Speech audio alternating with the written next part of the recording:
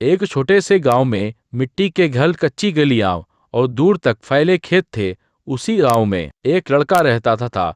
सुबह होते ही वह मजदूरी पर निकल जाता, कभी खेत में काम, कभी ईंटें ढोना, तो कभी इसी किसान के यहाँ छोटी मोटी मदद। लेकिन उसके दिल में एक अलग ही आग जलती थी। उसके सपने उसके गांव से बहुत बड़े थे। दिन भर की काम के बाद जब पूरा गांव आराम करने जाता, वह अपनी पुरानी फटी हुई किताबें लेकर गली के एक पीले से लैंप पोस्ट लीटर के नीचे बैठ जाता। ठंडी हवा चलती रहती, कभी मच्छर परेशान करते, कभी भूख चुभ, लेकिन वह पन्ने पर अटता रहता। गाँव वाले कहते, इतना पढ़ कर क्या कर लेगा, मजदूर का बेटा मजदूर ही रहेगा। वह बस हल्की सी मुस्कान देकर पढ़ाई में लग जाता। उसे की बातें नहीं, अपने सपनों की आवाज सुनाई देती थी। वक्त बीतता गया। दिन में मेहनत, रात में पढ़ाई, दोनों का सिलसिला चलता रहा। आखिर वह दिन भी आया जब उसकी नींद रहित रातें धूप में जली हुई हथेलियां और एक छोटे से लैंप की रोशनी में किया गया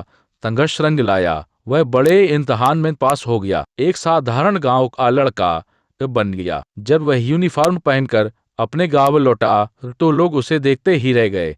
कभी गली के एक कमजोर से बल्ब के नीचे पढ़ने वाला लड़का अब गांव की शान बन चुका था।